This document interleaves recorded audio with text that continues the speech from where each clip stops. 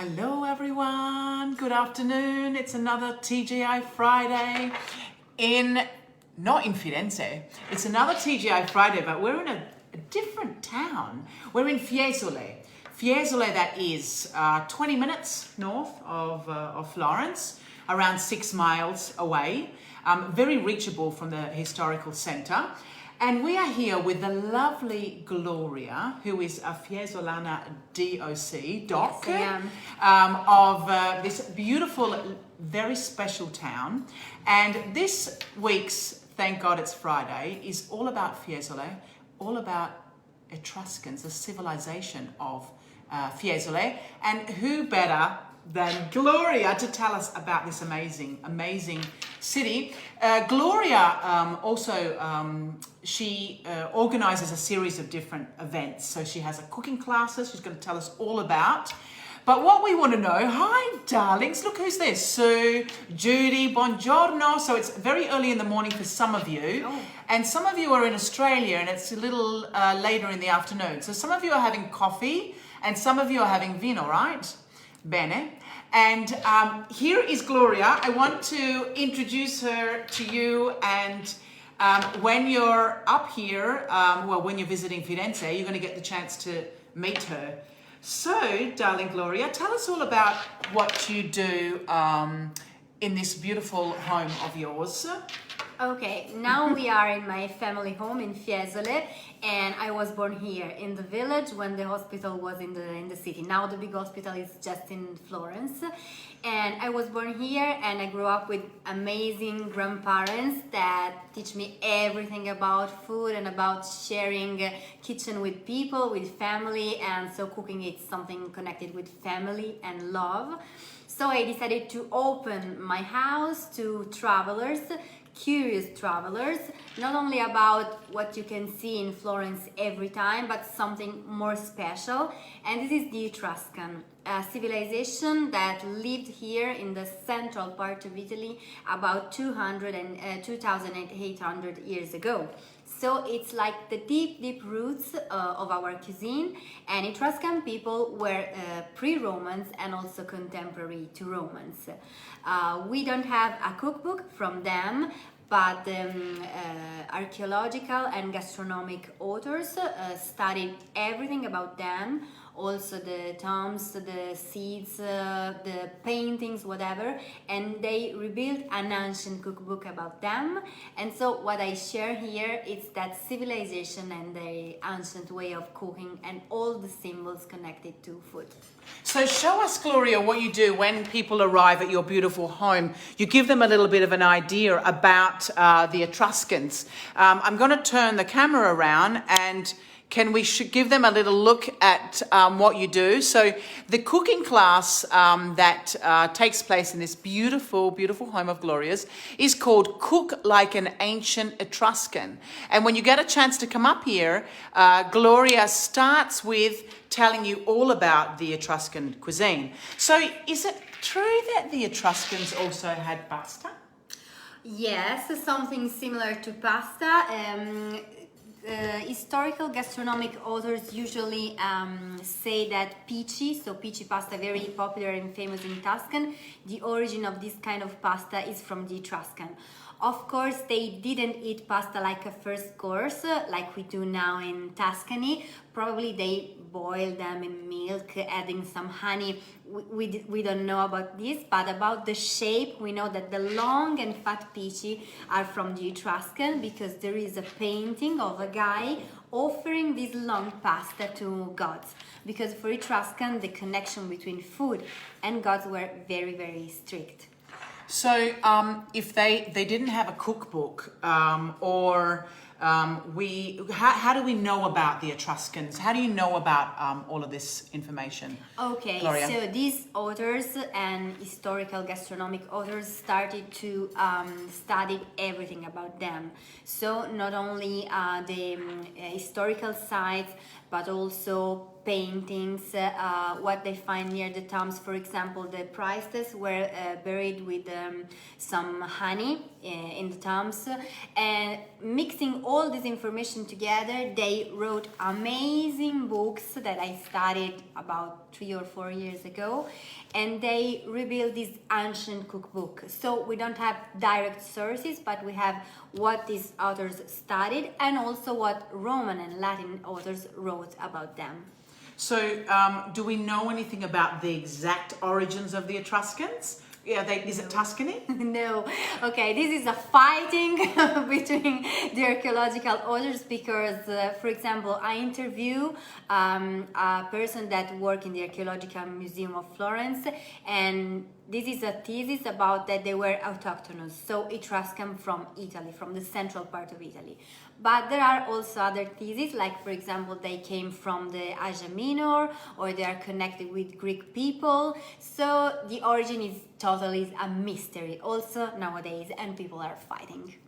So for those of you who may have just arrived now, we're up in the town of Fiesole, very close to Florence, talking to the lovely Gloria, who organises an ancient Tuscan cooking class at her beautiful home where she grew up in Fiesole. So we're about 6 miles north of Florence, and I'm Linda, if anyone's arrived all of a sudden and not really understanding where they are. I'm the owner of Italy Customised, a local tour operator based in Florence, and we're here talking to the lovely Gloria all about her studies about the Etruscan civilization and the fact that Gloria was born here.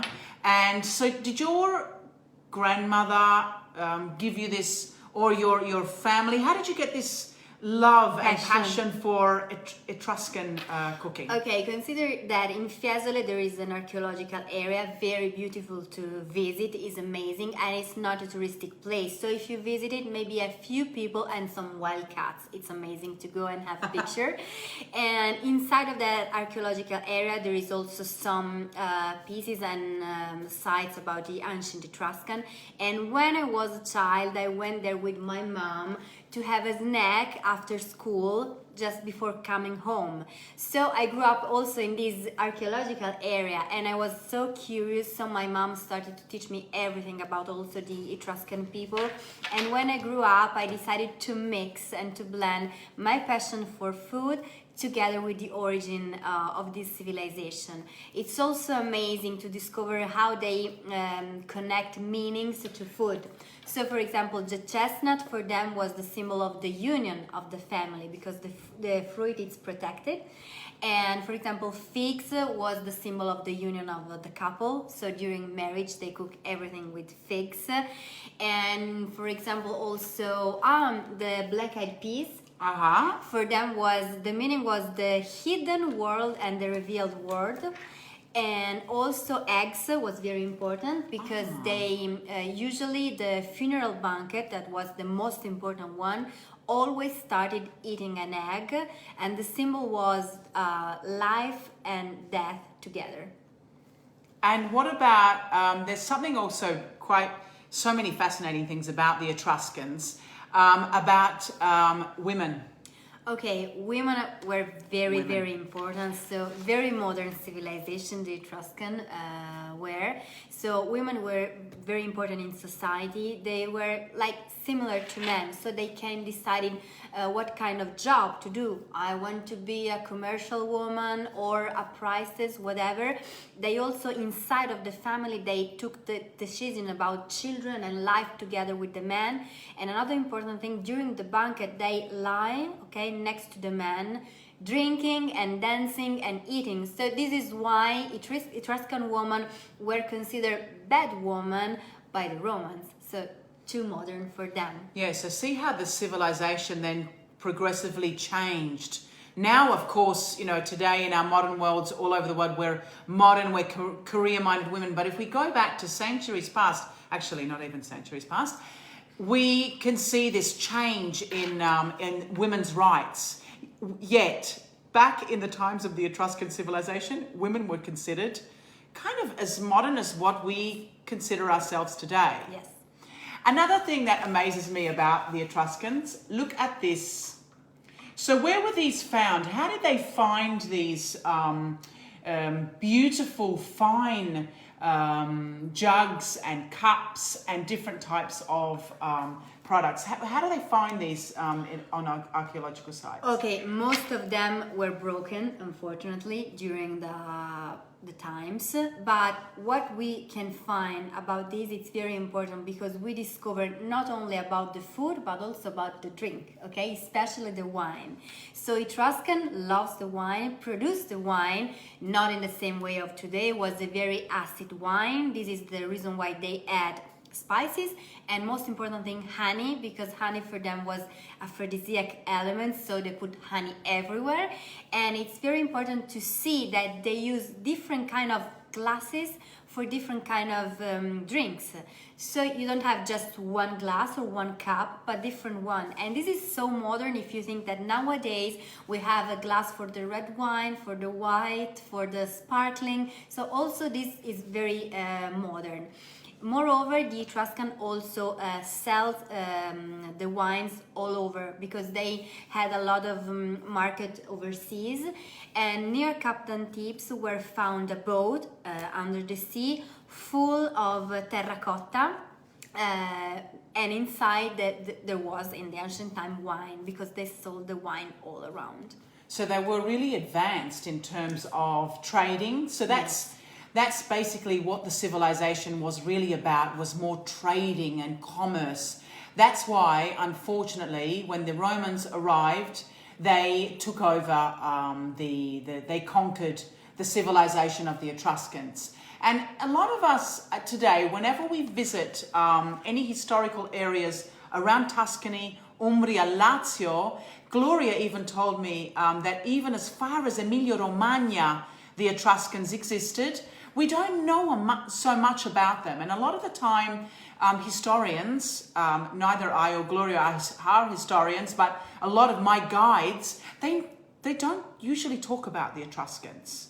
And it just amazes me why, because it's so interesting.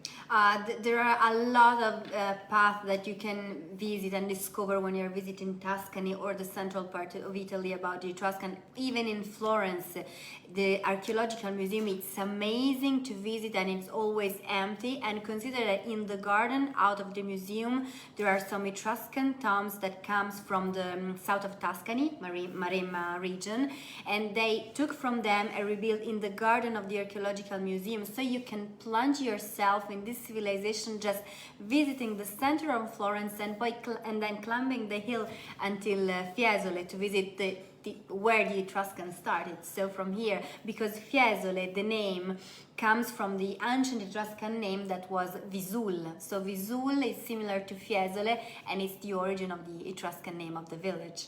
So from Firenze, obviously you can arrive here with a driver, but if you you just want to arrive using public transport, is it possible? Yes, it's possible and very fast because you have to drop in the central train station and drop off in the main square of Fiesole. You can make a mistake. And the view as you're coming up, we're going to leave that for the last part of our TGI Friday. We're going to go out and look at the incredible view that this beautiful woman has every day as she's having a beautiful coffee out there. You showed Tony and me a lot of the Etruscans in Volterra many years ago. Yes, in fact, we were just talking about Volterra. Volterra was very much an Etruscan city, right? Yes, but also in Cortona there is an amazing archaeological museum about the Etruscan. So people need to discover the Etruscan past in Tuscany because you can see a lot of things in different small villages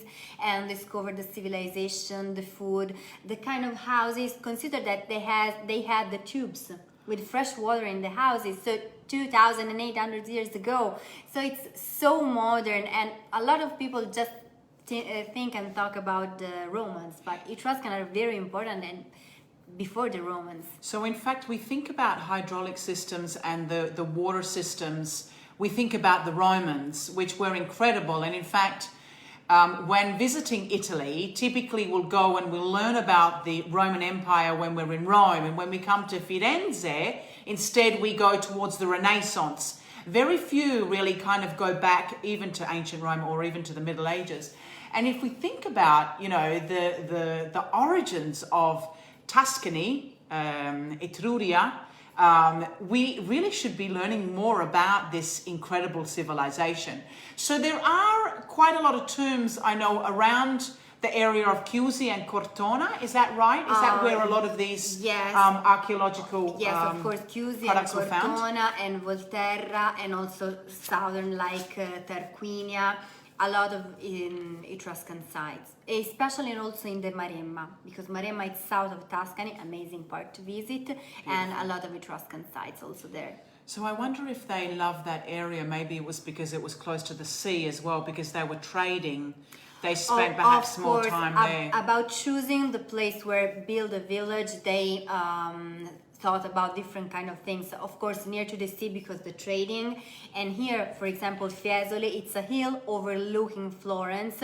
It was a strategic choice because you can see enemies coming from all around. And also there was water in the city, so fresh water, because a lot of small rivers. So, okay, for building a village and to live.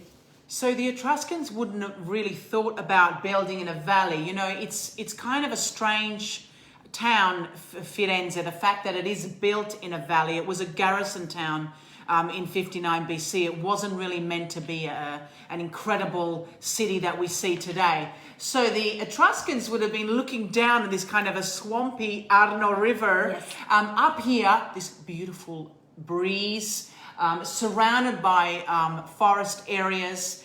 Who knows if a lot of these original trees existed back then?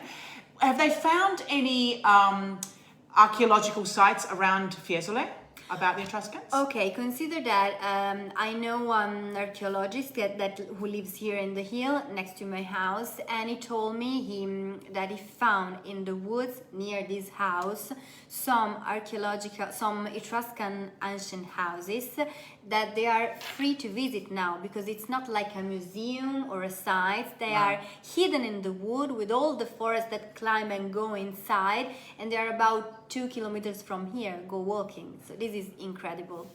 Wow, that's incredible. So for those of you newbies who have just arrived and are wondering who we are and where we are, we're in Fiesole, a beautiful hill town very close to Florence, and we're speaking to the lovely Gloria about her incredible cooking classes.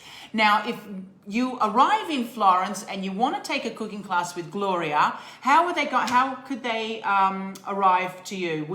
Were you able to pick them up in the piazza? Yes, of course. Usually I pick you in the piazza, that is 3 kilometers from here, and we go here on the top of the hill together because we are in the middle of a private hill and in the middle of wood, so you can get lost. So usually I pick you up, or you follow me with your car or with your driver. But the meeting point is always the piazza, Piazza Mino in Fiesole. Piazza Mino in Fiesole. So when you arrive here, what are the kind of things that you learn when it comes to Etruscan cooking? What do people learn? Okay, it's very important to me when you're very curious to know more about a new an ancient civilization like the Etruscan.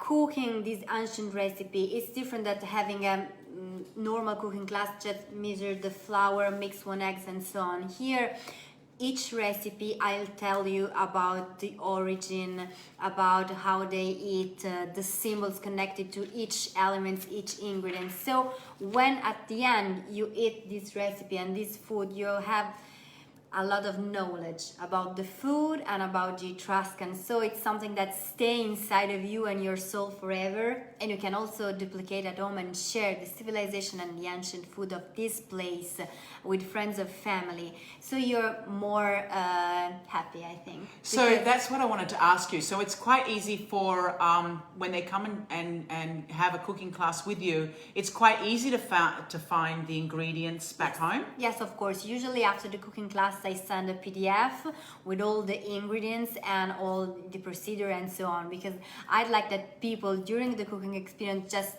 enjoy and plunge themselves and not think about I have to remember this thing. No, it's very easy and you can find the ingredients because it's very simple but unique taste, because they mix ingredients in a different way than nowadays.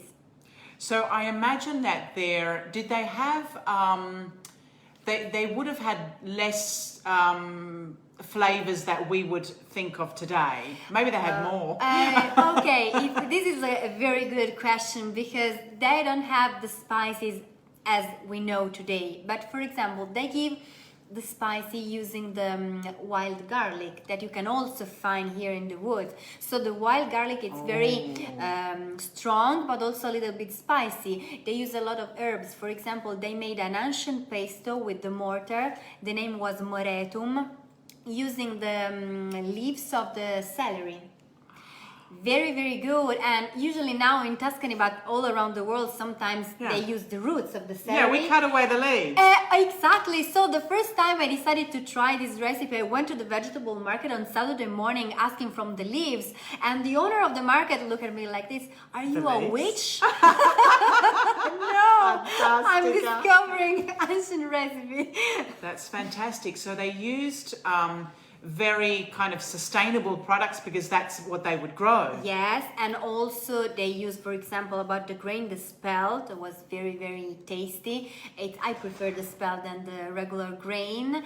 And also they eat all the kind of fish because they trade, so they have the fish from the sea, the fish from the lake, a lot of vegetable, wild meat, whatever. They had a great variety of food, so very balanced eating. Wow, amazing. I just love this picture. Look at this picture where you can see the different types of glasses. Would they have been used for wine? Or also different kind of wine. For example, also the way they serve the wine sometimes was like this, sometimes with a big spoon into the glass. That's so gorgeous. Consider that the funeral banquet was the most important one. It was very long. They have wine and music and eat a lot of different courses, so very important. So now we're going to show you something even more special. We're going to go out on the balcony where, weather permitting, so typically, you know, spring, summer, when you visit, the Gloria actually demonstrates outside. Even though the cooking classes are also hands-on where people can learn a lot, but outside is so special because you get to see an incredible view. It's a little windy, so you may not be able to hear us very well, but we really want to show you. So let's take you outside with Gloria so that you can see. Here's the area, the kitchen, beautiful modern kitchen. And here we can see a lot of wind. A lot of wind, but very beautiful. Just this. And here we can see Fiesole and behind Florence. Look at that. Look at this view. Spectacular view of Firenze.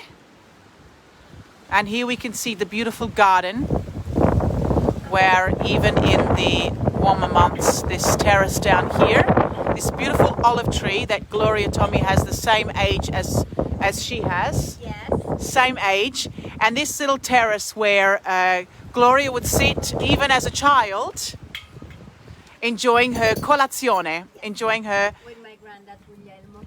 Guglielmo. So Guglielmo and your grandmother, what was your grandmother's name? Franca. And Franca, this was their home. Yes. And so it's where you grew up. Oh my gosh, it's so beautiful. It's so beautiful.